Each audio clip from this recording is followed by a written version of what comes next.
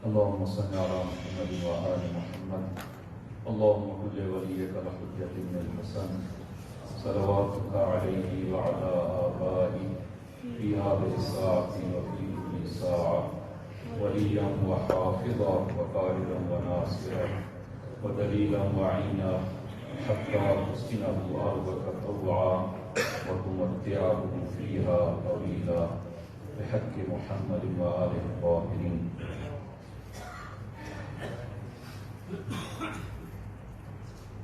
اس طرح برادر عزیز بیان فرما رہے تھے کہ انسان اعمال بجا لاتا ہے لیکن معرفت کے ساتھ اور شناخت کے ساتھ بجا لائے جائیں. تو آپ عزیزان کی خدمت میں اسی حوالے سے سادہ کوشش کروں گا کہ کچھ چیزیں وہ فکر اور وہ انداز آپ عزیزان کی خدمت میں آپ کے سامنے رکھا جائے اور انشاءاللہ یہ ہماری بات وہ مفید فائدہ ہوگی تمام عزیزان کے لیے اور خصوصاً نوجوانوں کے لیے، اور جو اس راہ ہدایت کا جو متقاضی ہے اور جو راہ ہدایت کو جس نے انتخاب کیا ہے کہ انشاءاللہ ہم سب کے لیے مفید فائدہ یہ آرائز ہوں گی. اور ہمیشہ میری کوشش یہی ہوتی ہے کہ ایسی چیز واضح کی جائے کہ جو خود میرے لیے بھی اور آپ عزیزان کے لیے وہ ہدایت کا باعث بنے. اور انشاءاللہ گزشتہ اس طرح میری اپنی گفتگو کم ہوگی اور اہل بیت علیہ الصلوۃ والسلام کی فرامین کی روشنی میں اور ائمہ خدا کی احادیث کی روشنی میں کہ ہم سب خدا کی طرف اور اس خدا کے راہی ہیں کہ خداوند عالم سے وہ رفاقت اور ہم نشینی ہم اختیار کر سکیں. اور اس رفاقت اور ہم نشینی کے بہت سارے اسباب ہیں جن میں سے ایک اہم طریق، ایک اہم راستہ، ایک اہم ذریعہ دعا ہے. ہم دعا کے حوالے سے کہ دعا کی شرائط کیا ہیں، کیسے دعا کی جائے، ہم آج اس کو بیان نہیں کریں گے.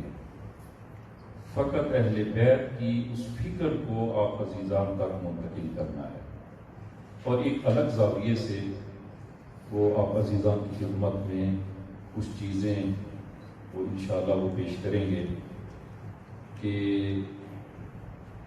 ہم لوگ جو دعا کرتے ہیں تو جو انسان اہل دعا ہے اور خداوند عالم سے مناجات کرتا ہے تو ایک بزرگوار کی اتنی پیاری کلام ہے، وہ فرماتے ہیں کہ اگر آپ چاہتے ہیں کہ خدا سے کلام کریں تو اس صورت میں آپ دعا کریں. دعا یعنی خدا سے ہم کلام ہونا ہے.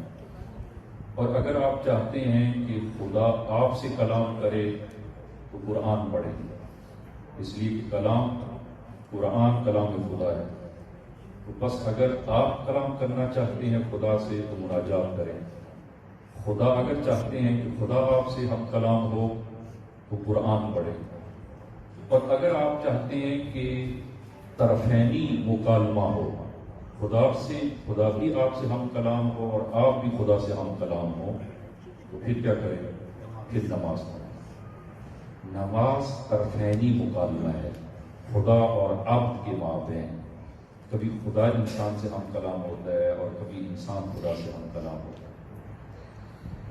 تو عزیزان دعا اور مناجات اسی زبان میں بھی آپ کر سکتے ہیں، اپنی زبان میں خدا سے ہم کلام ہو. لیکن مسئلہ یہ ہے کہ ہمیں خدا سے ہم کلام ہونے کا وہ انداز بھی معلوم نہیں ہے کہ ہم خدا سے کیسے ہم کلام کریں، اور خدا سے ہم کلام ہونے کا ادب کیا ہے وہ ہمیں علم نہیں ہے.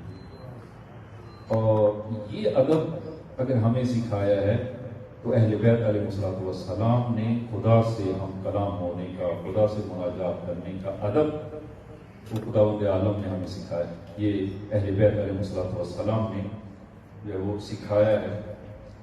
تو اور عزیزان ہمارے پاس وہ دعائیں، وہ خزانہ جو ہمارے پاس موجود ہے، آپ یقین جانیں کسی مکتب کے پاس وہ خزانہ نہیں ہے جو ہمارے پاس موجود ہے۔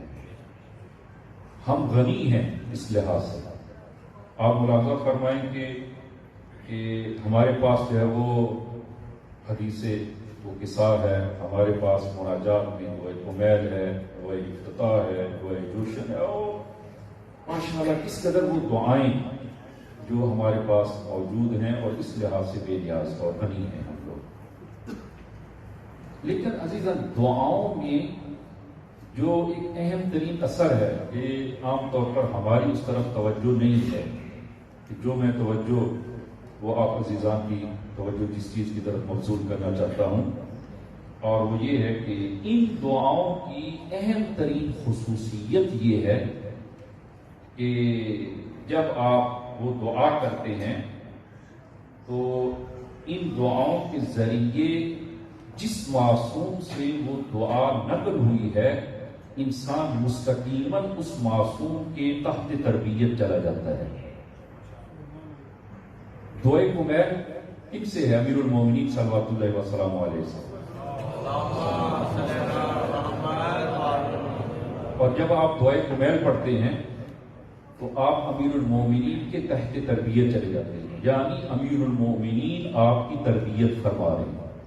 اور وہ انشاءاللہ ایک دو تین شواہد میں عرض کروں گا کیسے معصوم تربیت کرتا ہے۔ اور کبھی ہم نے اس زاویے سے دعا کو پڑھا، دعائے کمیل کو ہمیشہ ہم ہر شب جمعہ پڑھتے ہیں، لیکن اس زاویے سے ہم نے توجہ کی کبھی۔ اور دعائے عرفہ آپ جب پڑھتے ہیں تو دعائے عرفہ حضرت ابا عبداللہ علیہ السلام سے ہے، اور انسان مستقیماً امام حسین کی زیر تربیت چلا جاتا ہے، اور امام حسین دعائے عرفہ کے ذریعے ہماری تربیت کر رہے ہیں، ہماری تربیت کر رہے ہیں۔ اسی طرح دعائے ابو حمزہ سمالی، یہ دعاؤں کے نام لے رہا ہوں تاکہ آشنا ہوں آپ ان دعاؤں سے۔ دعائے افتتاح جمعے خطبے میں نے عرض کیا، دعائے افتتاح، اب ملاحظہ فرمائے دعائے افتتاح کیا دعا ہے، اس کے کیا مضامین ہیں۔ دعائے ابو حمزہ سمالی عام طور پر وہ اس وقت ہم سحری کھا رہے ہوتے ہیں، جو اس دعا کا وقت ہے، اس دعا کے پڑھنے کا جو وقت ہے، عام طور پر ہم سحری کھانے پینے میں مشغول ہوتے ہیں۔ دعائے ابو حمزہ سمالی اسی وقت پڑھی جاتی ہے، اس کا وقت یہی ہے۔ اور دعائے ابو حمزہ سمالی کن سے ہے؟ امام زین العابدین سے۔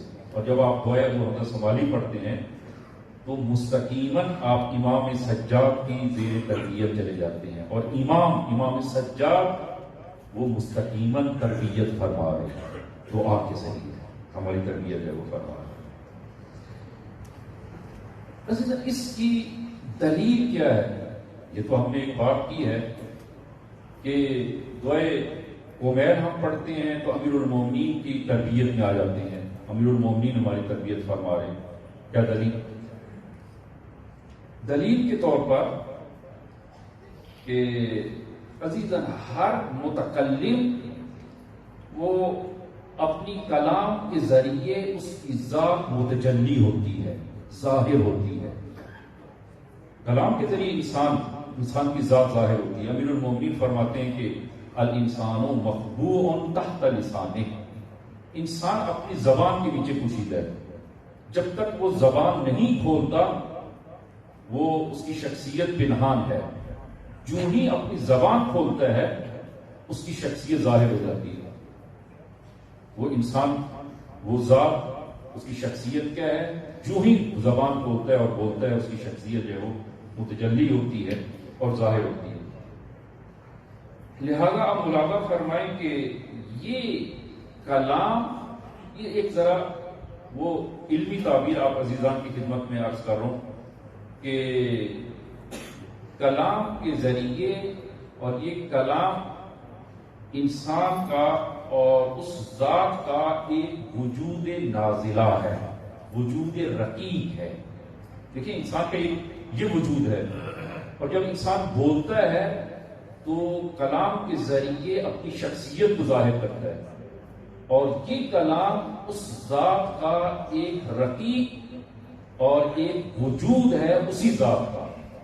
لہٰذا اس کو ہم کہتے ہیں کہ ایک وجود نازلہ، ایک وجود رقیق، یہ اسی ذات کہہ رہا ہے۔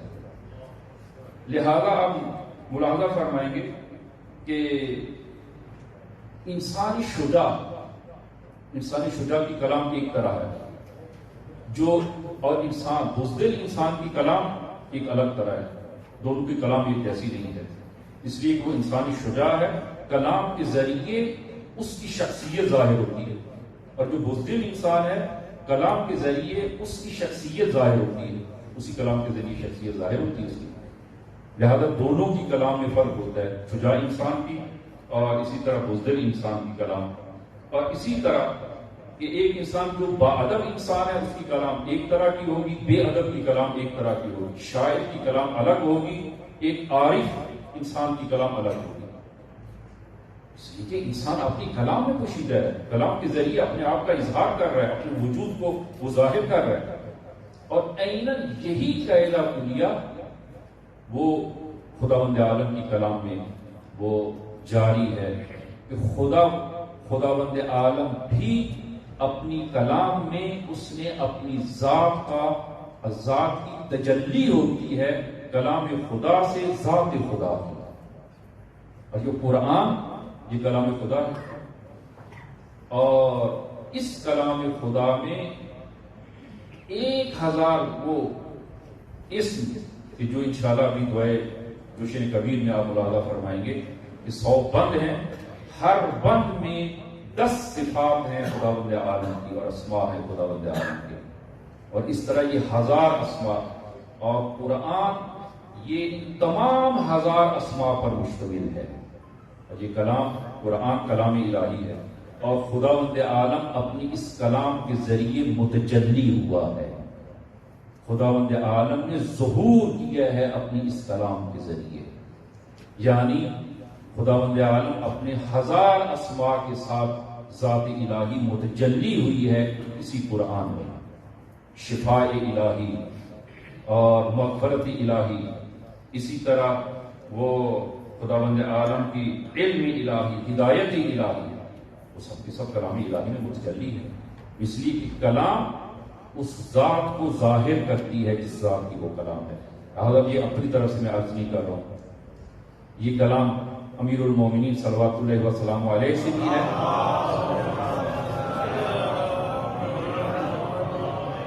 اور امام صادق سے بھی یہ حدیث ہے، فرمایا امام صادق سے حدیث لَقَدْ تَجَلَّى اللَّهُ لِخَلْقِهِ فِي كَلَامٍ وَلَكِنَّهُمْ لَا يُبْصِرُونَ کہ خداوند عالم اپنی مخلوق پر متجلی ہوا ہے اپنی کلام کے ذریعے،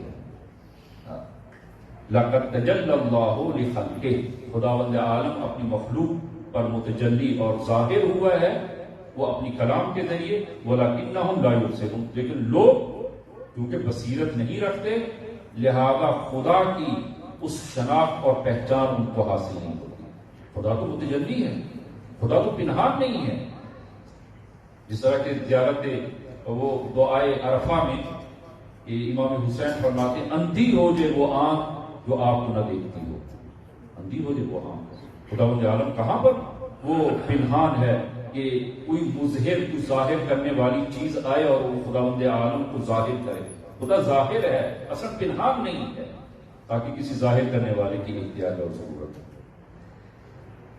لہذا اسی وجہ سے بعض ہستیاں ایسی گزری ہیں اور ہیں کہ جب وہ قرآن پڑھتے ہیں اور خداوند عالم سے کلام کرتے ہیں تو وہ اسی ذات کی جو ذات ظہور کی ہے اور متجلی ہوئی ہے وہ اس دل کی آنکھوں سے وہ مشاہدہ کرتے ہیں، اور اس حدیث کا ملاحظہ فرمائے امام صادق صلوات اللہ وسلام علیہ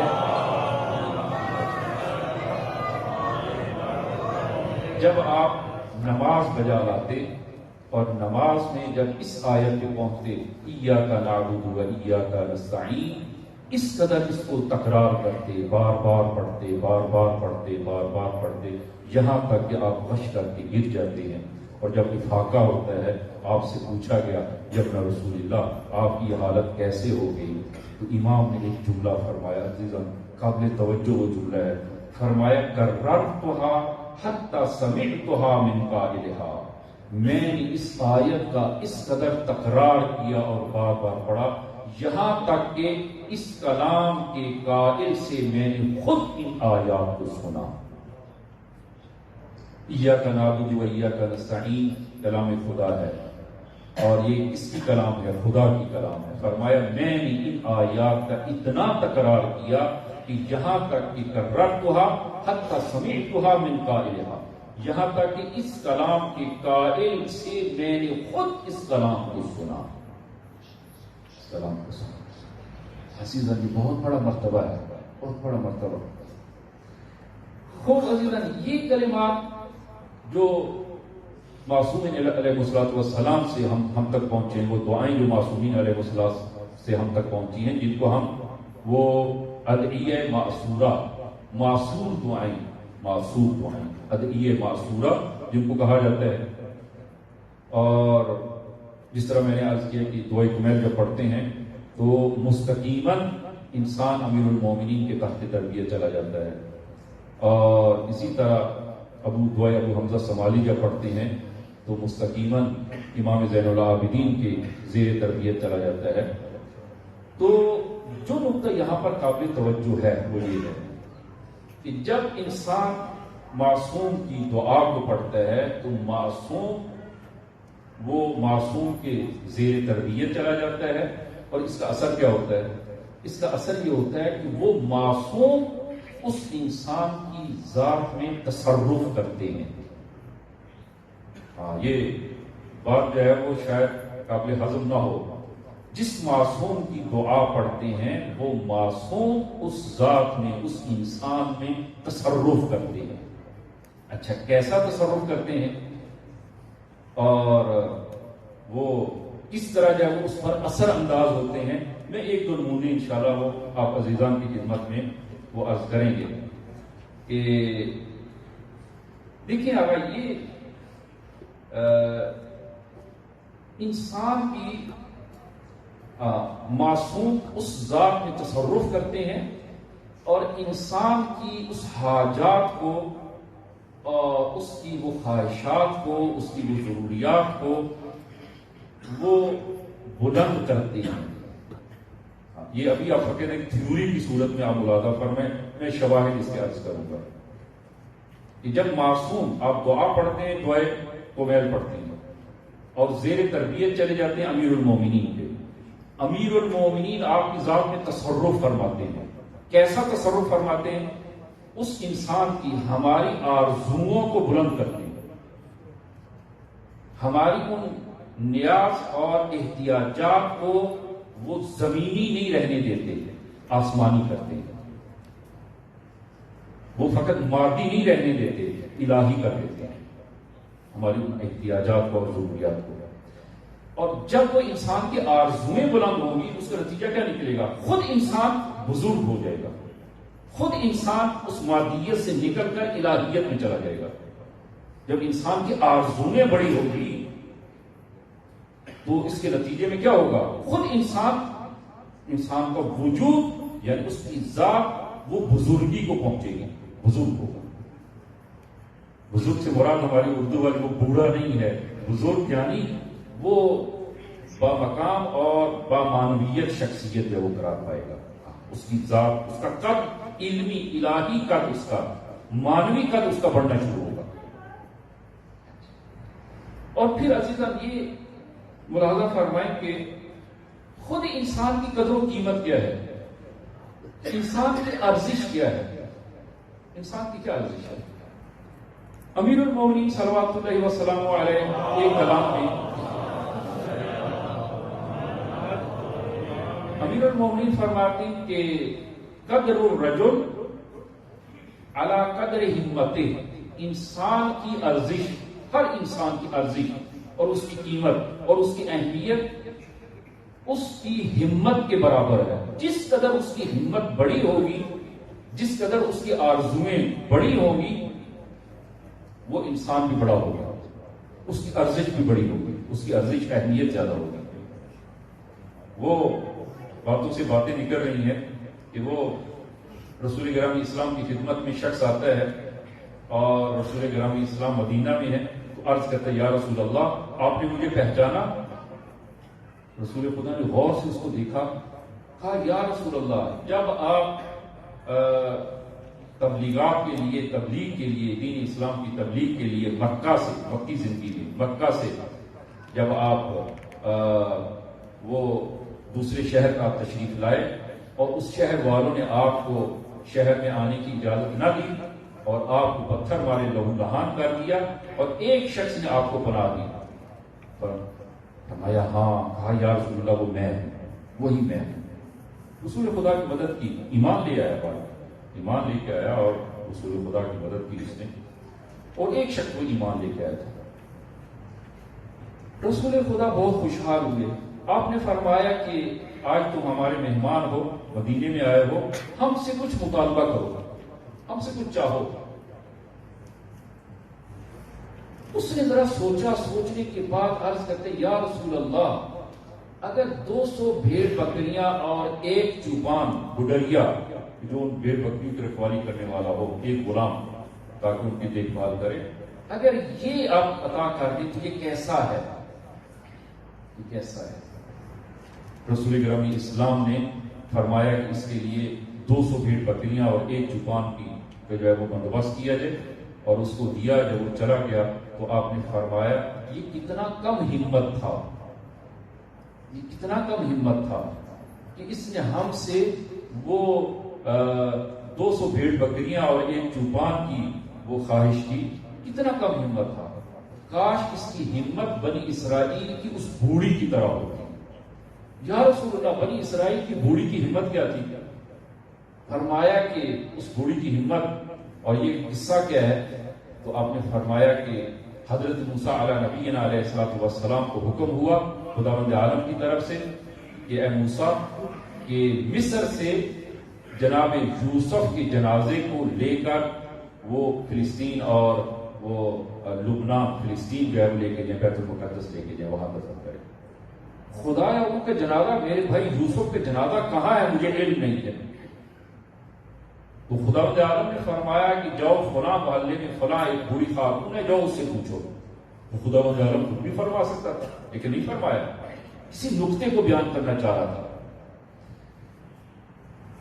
حضرت موسیٰ اسی پتے کو لے کر جاتے ہیں، اس بوڑھی کو ڈھونڈتے ہیں، بوڑھی کے پاس ان نشانیوں کے ساتھ بوڑھی کے پاس کے کہا کہ آپ کو میرے بھائی یوسف کی جنازے کا علم ہے، کہاں دفن ہے؟ کہا مجھے علم ہے لیکن مفت میں نہیں بتاؤں گا، مفت میں نہیں بتاؤں گا۔ حضرت موسیٰ پریشان ہوئے کہ شاید مجھ سے بہت بڑا مطالبہ کرنے والی ہے، تو کوئی شاید درہم و دینار کا مطالبہ کرنے والی ہے۔ تو تھوڑا سا تأمل کیا، خداوند عالم وحی ہوئی اے موسیٰ کہ اس کی اس خواہش کو اور شرط کو پورا کرو، جو مانگتی ہے اس کو دو، ہم دیں گے، آپ وعدہ کریں ہم دیں گے۔ حضرت موسیٰ نے کہا کہ وہ بوڑھی کہا کہ آپ کی کیا شرط ہے؟ کہا موسیٰ اس شرط پر میں تمہیں حضرت یوسف کی جنازے کا وہ بتاؤں گی، اس شرط کے ساتھ کہ جنت میں تمہارے اور میرے درمیان کوئی حجاب نہ ہو، جنت میں میں تمہارے ساتھ اس طرح ہوں کہ ہم دونوں کے درمیان کوئی فاصلہ نہ ہو، حجاب نہ ہو، یعنی آپ کے ہمراہی میں جنت۔ حضرت موسیٰ نے قبول کیا اور اس نے جنازے کا عطا پتہ دیا، جنازہ لے کے گئے۔ فرمایا رسول خدا فرماتے ہیں کہ کتنی بلند حوصلہ وہ خاتون تھی کہ جس نے حضرت موسیٰ سے اس چیز کا مطالبہ کیا۔ یہ شخص کتنا کم حوصلہ تھا، کم ہمت تھا کہ مجھ سے وہ 200 بھیڑ بکریوں کا مطالبہ کیا۔ عزیزان، انسان کی قدر و قیمت کیا ہے؟ انسان کی قدر و قیمت جناب محمد تقی جعفری، جناب آیت اللہ محمد تقی جعفری، زیادہ عرصہ نہیں ان کو رحلت کیے ہوئے، کہ نہج البلاغہ پر انہوں نے شرح لکھی اور بہت ساری کتابیں ہیں۔ جناب محمد تقی فلسفی جعفری وہ نقل فرماتے ہیں کہ ڈنمارک میں مجھے دعوت دی گئی، ایک کانفرنس تھی اور جس کا موضوع تھا کہ انسان کی ارزش کا ملاک کیا ہے۔ انسان کی ارزش وہ کس چیز سے، انسان کی قیمت کا میلاک اور معیار کیا ہے؟ آیا انسان کی قیمت کا میلاک اور معیار جس کی عمر ہے، جس کی عمر زیادہ ہے، وہ با اہمیت ہے، با ارزش ہے، با قیمت ہے؟ یا انسان کی ارزش اور میلاک کا معیار مال ہے، جس کے پاس مال زیادہ ہے وہ با ارزش ہے، با اہمیت ہے اور با قیمت انسان ہے؟ یا انسان کا علم ہے، جس کے پاس علم زیادہ ہے وہ با ارزش ہے؟ اس موضوع پر کانفرنس تھی، اور ظاہر تشیع کی جانب سے وہ فرماتے ہیں کہ مجھے دعوت دی گئی ڈنمارک میں، تو کانفرنس شروع ہوئی، لوگ آئے، اپنا اپنا نظریہ جو انہوں نے بیان کیا، میری باری آئی، میں گیا ہوں وہاں پر اور میں نے اپنا خطاب شروع کیا، اور میں نے وہ کچھ مثالیں دی اور وہ ان کو کہ انسان کی ارزش کا میلاک اور معیار جو ہے وہ کیا ہے؟ فرماتے ہیں کہ انسان کی ارزش کا میلاک اور معیار اس کی وہ آرزویں ہیں جس کے پیچھے ہے، جن آرزوؤں کو وہ پورا کرنا چاہتا ہے، یعنی اس کی وہ طلب ہے۔ انسان کی بہت ساری وہ احتیاجات ہیں، ضروریات ہیں، بہت ساری اس کی آرزویں ہیں، اور ان آرزوؤں کو پورا کرنے کے پیچھے انسان پوری زندگی اسی میں گزارتا ہے۔ ایک انسان کی آرزو یہ ہے کہ اس کی ایک یہاں سادہ مثال دوں کہ یہ وہ بحریہ اب نہیں معلوم، یہ زیادہ باہمیت، زیادہ ارزش والا حصہ ہے، یا وہ پھر 7-8 کہ وہ بحریہ میں اس کے وسط میں وہ ایک کنال، 2 کنال کی ایک کوٹھی، بڑی کوٹھی ہو، ہاں اس کی جو ہے نا وہ خواہش یہ، اس کی آرزو یہ ہے، اس کی آرزو، اور وہ اپنی پوری زندگی اسی میں لگا دیتا ہے۔ فرمایا کہ اس انسان کی ارزش، اہمیت وہ اسی کے برابر ہے، اس کی اہمیت، اس کی قیمت، اس انسان کی قیمت کیا ہے؟ یہی ایک کوٹھی اس کی قیمت۔ ایک انسان کی آرزو یہ ہے کہ اس کے پاس وہ ایک بڑی گاڑی ہو، اب پتہ نہیں گاڑیوں میں مجھے تو نام نہیں آتے، بڑی گاڑی کوئی پجارو ہو یا اس سے کوئی بڑی ہے تو وہ اچھی، وہ اس کی آرزو یہ میرے پاس ہو، عزیزاں اسی کے پیچھے اس کی توجہ اسی کی طرف۔ اس کی قیمت کیا ہے؟ فرمایا اس کی ارزش اور اس کی قیمت یہی ہے۔ میں سادہ ایک اور مثال سے، تیمور لنگ تاریخ میں گزرا ہے۔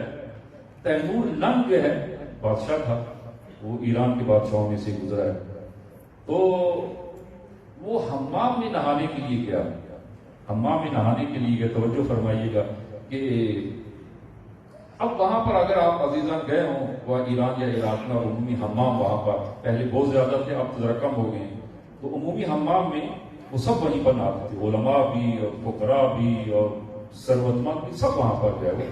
شہر میں مختلف جگہوں پر ایک دو ہوتے تھے اور وہیں پر سب غسل کرنا، نہانا، اور وہاں پر وہ میل اتارنے کے لیے دلاک ہوتا ہے، دلاک کھیسا مارتا ہے، میل بدن سے اتارتا ہے۔ تو تیمور لنگ جو ہے اس نے لنگ باندھی، سب لنگ باندھ کر اندر جاتے ہیں، لنگ باندھ کر اس نے جب وہ اندر گیا ہے اور وہ ایک صفائی کرنے والا اس کے بدن سے صفائی کر رہا ہے، اس کی میل اتار رہا ہے، اب جو خاموش بیٹھا ہے کوئی اس سے بات نہیں کر رہا، تو اس نے دلاک سے جب وہ کہا کہ بھائی کوئی مجھ سے بات نہیں کر رہا تو مجھ سے بات کرو۔ وہ بات کرتے کرتے اس شاہ نے اس دلاک جو میل اتارنے والا ہے اس سے پوچھا کہ بتاؤ میری قیمت کیا ہے، میری قیمت کیا ہے؟ اب اس دلاک کے لیے مثلاً آج کی جو ہے وہ مثال میں آپ کہیں کہ 5,000 مثلاً، بڑی جو کرنسی ہے اس کی کہ حضور 5,000، تو اس نے کہا بدبخت، میں نے جو لنگ باندھی ہے اس کی قیمت 5,000 ہے۔ کہا حضور میں نے لنگ کے ساتھ حساب کر کے بتایا ہے، لنگ کے ساتھ تمہارا حساب کر کے بتایا۔ عزیزاً جس انسان کی ہمت یہی ہے اس کی قیمت یہی ہے، اس کی قیمت یہی ہے۔ جناب مرحوم محمد تقی جعفری فرماتے ہیں کہ یہ چند مثالیں دینے کے بعد میں نے کہا کہ اگر کسی انسان کی آرزو وہ خدا ہو، توجہ فرمائیے گا، کہا کہ اگر کسی انسان کی آرزو خدا ہو، اس کا ہم و غم فقط خدا ہو کہ میں خدا سے متصل ہو جاؤں اور ہم نشین خدا ہو جاؤں، تو اس انسان کی ارزش بے نہایت ہے، اس کی ارزش اور قیمت اس کی نہیں لگائی جا سکتی۔ کیوں؟ اس لیے کہ خداوند عالم بے نہایت ہے، بے نہایت، اور اس انسان کی ارزش بے نہایت ہے، بے نہایت۔ فرماتے ہیں کہ میں نے جب یہ کلام کی، یہ بات کی، تو پورے حال نے وہ تشویق کرنا شروع کی اور تالیاں بجا کر مجھے شاباش کہنا شروع کی۔ میں واپس اترا، اپنی جگہ پر جا کر بیٹھا، پھر میں اٹھا اور اجازت لی کہ مجھے ایک کلام اور کرنی تھی۔ دوبارہ کہتے میں آیا اور میں نے کہا کہ تمام سے مخاطب قرار دے کے میں نے کہا کہ حضار، کہ میں نے یہ جو باتیں کی ہیں یہ میری نہیں تھی، جس کی تھی میرے مولا و آقا امیر المومنین صلوات اللہ وسلام علیہ۔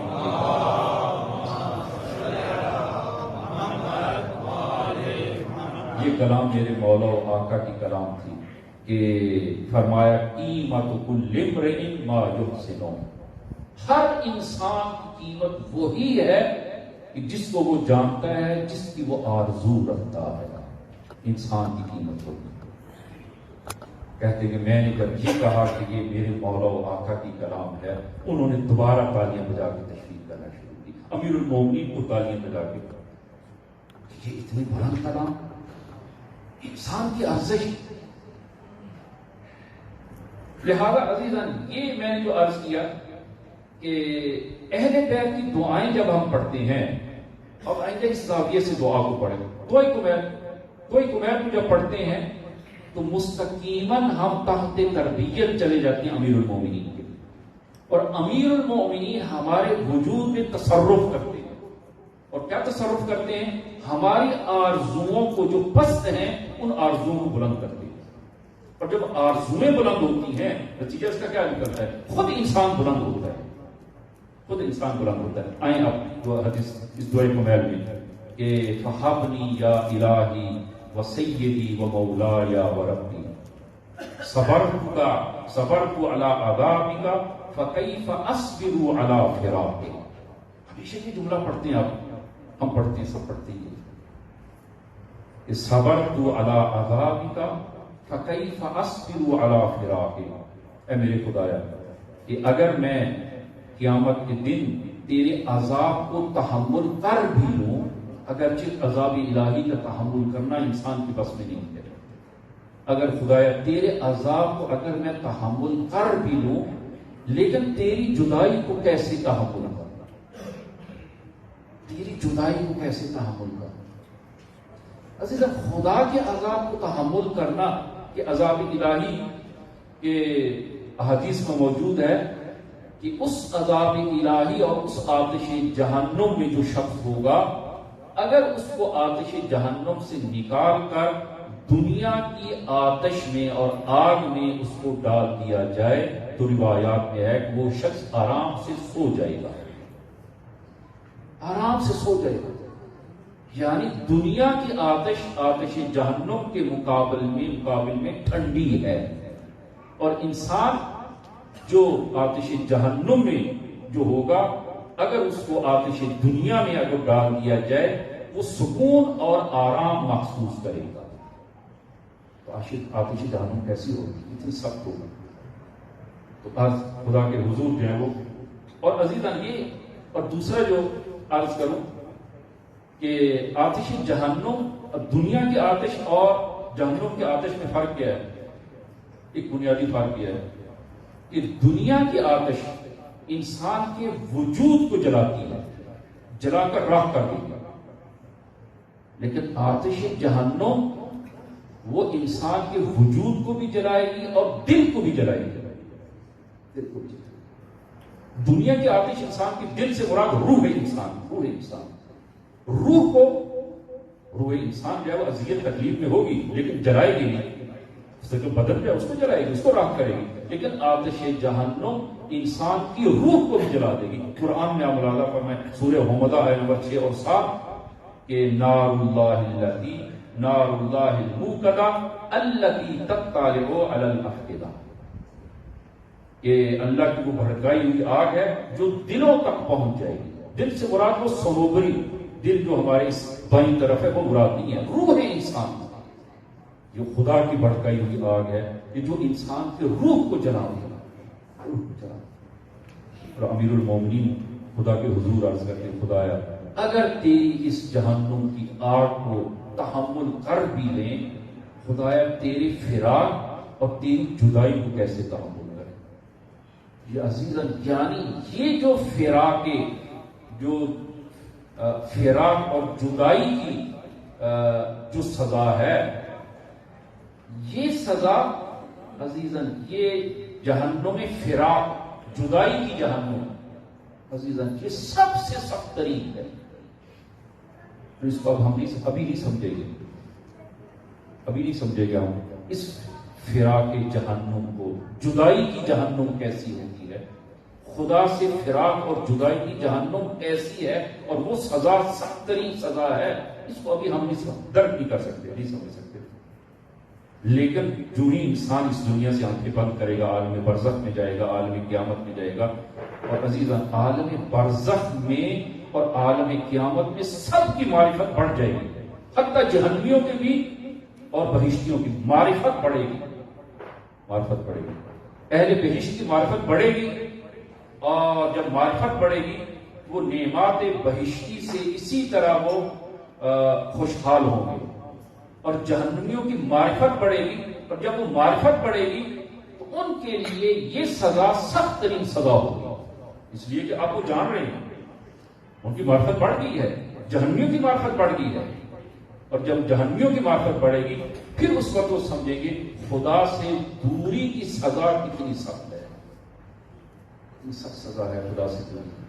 لہذا قرآن میں سورہ آل عمران آیت نمبر 77 میں آپ ملاحظہ فرمائیں، ان الذین یشترون بعہد اللہ وایمانہم ثمنا قلیلا اولئک لا خلاق لہم فی الآخرہ. بے شک جو لوگ اللہ کے عہد اور اپنی قسموں کو تھوڑی قیمت پر بیچ ڈالتے ہیں ان کے لیے آخرت میں کوئی حصہ نہیں ہے.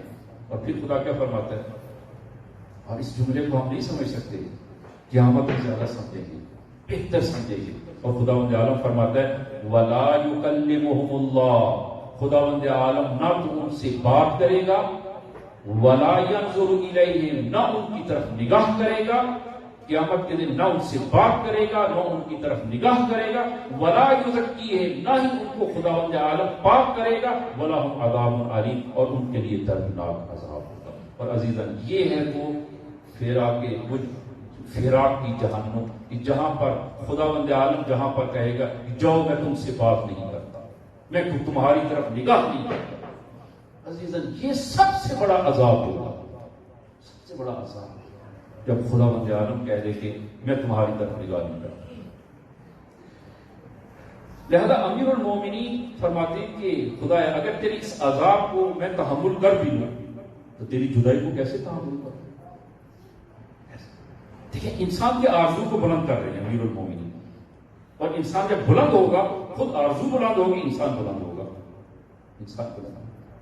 اور عزیزاً یہ کام جو اہل بیت نے کیا اور کر رہے ہیں، یہی کام شیطان کر رہا ہے، یہ کام شیطان کر رہا ہے. میں اختصار سے وہ کہ یہ تاکہ ہماری عزیزان اور نوجوان نسل جو ہے اس کی طرف متوجہ ہوں کہ شیطان، ابلیس اور شیطان بھی کہ وہ کیا کر رہے ہیں عزیزاً. اس طرح وہ آپ بہتر سمجھ رہے ہیں کہ تبلیغات اس قدر بڑھ گئی ہیں اور جھوٹی احتیاجات، جھوٹی طلب، اس طرح قاذف اور جھوٹی طلب کو ہمارے اندر اس قدر شیطان نے اور دستگاہ شیطان نے ہمارے اندر پیدا کر دی ہے کہ ہم اس جھوٹی طلب کو اپنی حقیقی طلب سمجھ رہے ہیں، اپنی حقیقی ضرورت سمجھ رہے ہیں، حقیقی ضرورت سمجھ رہے ہیں، جبکہ وہ حقیقی ضرورت نہیں. عزیزاً جو انسان نشہ کرتا ہے اس کی دو طرح کی احتیاجات اور ضرورتیں ہیں. کچھ ضروریات اس کی واقعی اور حقیقی ہیں، کھانے کی، پینے کی، بالآخر جو ہے وہ سونے کی، دوسری ضروریات ہیں.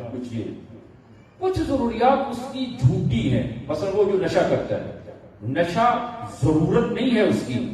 اگر ضرورت ہو تو سب کو ہو، سب کو نہیں ہے، فقط اسی کو ہے.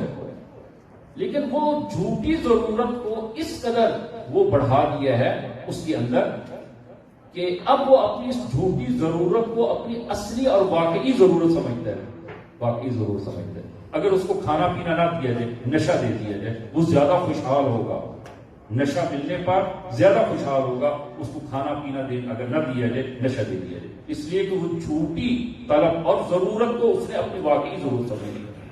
اور آج جو ہے وہ ابلیس اور دستگاہ ابلیس جو ہے وہ اس کا یہی کام ہے۔ اور اتنی جو چیز احتیاج اور ضرورت نہیں ہے، اس کو ایک ضرورت کے طور پر ہمارے سامنے پیش کیا جا رہا ہے۔ میں آپ ایک دو مثالیں جو دوں گا، آپ وہ شاید جو کہیں کہ جناب یہ وہ ایسی بات کر رہا ہوں۔ عزیزاً، یہ موبائل آج سے جو ہے وہ 20 سال پیچھے چلے جائیں، 25 سال پیچھے چلے جائیں، آیا اس قدر جو ابھی جس کی ہم اس کے نشے میں آ گئے ہیں اور اپنی ایک اصلی ضرورت سمجھ لی ہے، آیا 25 سال پہلے بھی اسی طرح یہ ایک ہماری اصلی ضرورت تھی؟ نہیں تھی۔ جب یہ ایجاد ہی نہیں ہوا یہ موبائل، اس وقت ضرورت بھی نہیں تھی، اس کے بغیر بھی زندگی چل رہی تھی۔ لیکن ہماری زندگی میں اس طرح اس کو ڈال دیا گیا ہے، اس کو ہم اب اپنی اصلی ضرورت سمجھ لیں گے، اصلی ضرورت۔ اسی طرح باقی جو ہے وہ چیزیں جو ہیں اس کو ہم اصلی ضرورت جو ہے وہ سمجھ لیں گے۔ اور اسی طرح زندگی کی بہت ساری چیزیں، انسان کی جو اصلی نیاز اور اصلی ضرورت ہے عزیزان، اس کو دشمن نے، شیطان نے وہ پردے کے نیچے اس کو چھپا دیا ہے اور انسان کے اندر جھوٹی ضروریات کو ایجاد کر دیا ہے، اور جس کے نتیجے میں کیا ہوتا ہے، انسان اپنی اصلی ضرورت کو، اور اصلی ضرورت انسان کا خدا کے ساتھ وہ رابطہ ہے، انسان کا خدا کے ساتھ وہ تعلق ہے۔ اور عزیزاً، کتنا وقت ہم جو ہے وہ دیتے ہیں، کتنا وقت دیتے ہیں خدا کے ساتھ اس راز و نیاز کا اور خدا کے ساتھ اس تعلق کا۔ یہ ایک اثر۔ دوسرا اثر جو ہے وہ صرف یہ ایک دو مثالیں دے کر میں وہ انشاءاللہ آئندہ کسی مورد میں وہ وقت میں عرض کریں گے۔ دوسرا یہ ہے کہ اہل بیت ان دعاؤں کے ذریعے ہماری زمینی ضروریات کو آسمانی کر دیتے ہیں۔ اس کو توجہ فرمائیے، ہماری جو دنیاوی اور زمینی جو حاجات ہیں، ضروریات ہیں، اس کو بھی آسمانی کرتے ہیں، اس کو بھی الہی کر دیتے ہیں۔ کیسے کرتے ہیں؟ اب آئیں آپ کہ دوئے کمیل سے یہ مثال امیر المومنین جو دعا میں فرماتے ہیں، کب علی خدمتی کا جوارحی، کب علی خدمتی کا جوارحی، خدایا میرے بدن کی قوت کو زیادہ فرما۔ او عزیزاں، سب چاہتے ہیں میرے بدن کی قوت زیادہ ہو۔ کس لیے زیادہ ہو؟ اس لیے زیادہ ہو ظلم کرنے کے لیے، عیاشی کے لیے، یا وہ حیوانی خواہشات کے لیے میری قوت زیادہ ہو۔ امیر المومنین ایک نظریہ دے رہے ہیں، ہمیں ایک آئیڈیا دے رہے ہیں، ہمارے اندر اس کو پیدا کر رہے ہیں کہ خدایا میری قوت کو زیادہ کر، کب اعلیٰ خدمتی کا، کہ میرا بدن کبھی ہو، میں کھاؤں پیوں، تفریح کروں، ورزش کروں، دوسرے کام انجام دوں۔ کیوں؟ کب اعلیٰ خدمتی کا، خدایا اس قوت کو میرے اندر ایجاد فرما تاکہ میں تیری خدمت میں اس کو سرو کروں۔ کھانے پینے کی احتیاج ہماری ایک وہ مادی احتیاج ہے، لیکن امیر المومنین کیا کر رہے ہیں؟ اس کو وہ الہی بنا رہے ہیں۔ کب اعلیٰ خدمتی کا جواب ہے۔ اسی طرح صحیفہ سجادیہ میں امام زین العابدین ایک جملہ فرماتے ہیں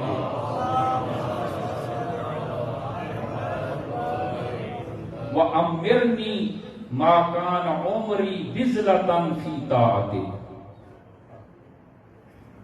وہ اگرچہ محسوس کر رہا ہوں میں، لیکن یہ چیزیں وہ عزیزان کی دعاؤں کو اس نظر سے پڑھیں، اس نظر سے پڑھیں، پھر آپ نتیجہ دیکھیں۔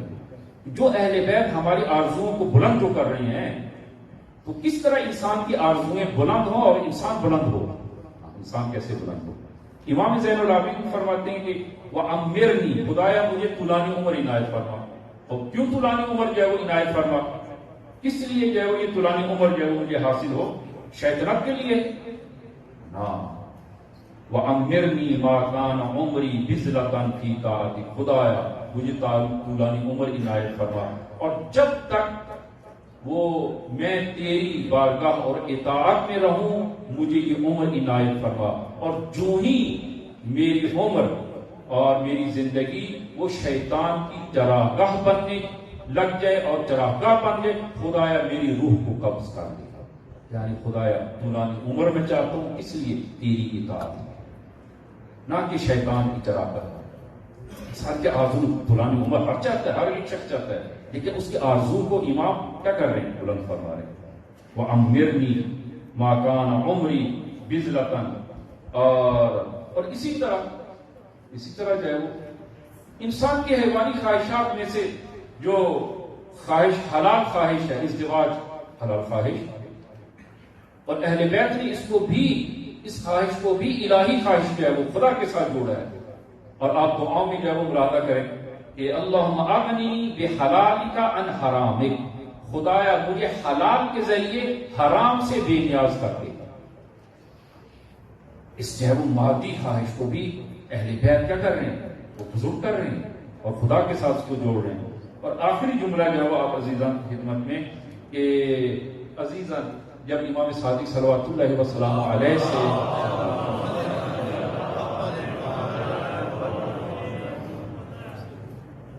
امام سے جب سوال کیا گیا کہ جب نا رسول اللہ قرآن پڑھنا افضل ہے یا دعا کرنا افضل ہے، مناجات کرنا افضل ہے، تو امام نے فرمایا کہ دونوں اچھے ہیں، قرآن کی تلاوت بھی اچھی ہے اور مناجات بھی اچھی ہے۔ راوی نے کہا کہ جب نا رسول اللہ ایہما افضل، ان دونوں میں افضل کون سی چیز ہے؟ اب دونوں میں افضل کی جائے وہ بات ہوئی ہے۔ عجیب جملہ فرمایا امام نے، امام فرماتے دعا کرنا افضل ہے، دعا کرنا افضل ہے۔ کیوں؟ اس لیے کہ دعا میں گدائی ہے، خدا کے حضور منیت، انسان کا تکبر اور منیت ٹوٹتی ہے اور خدا سے گدائی کی جاتی ہے، اور قرآن کلام خدا ہے اور اس میں گدائی نہیں ہے، اور خداوند عالم گدائی اور منیت اور من کہ میں ہوں منیت کو توڑنے کو خدا زیادہ پسند کرتا ہے۔ لہذا عزیزاً یہ وہ دعا کی محفل ہے اور خداوند عالم سے مناجات کی شب ہے۔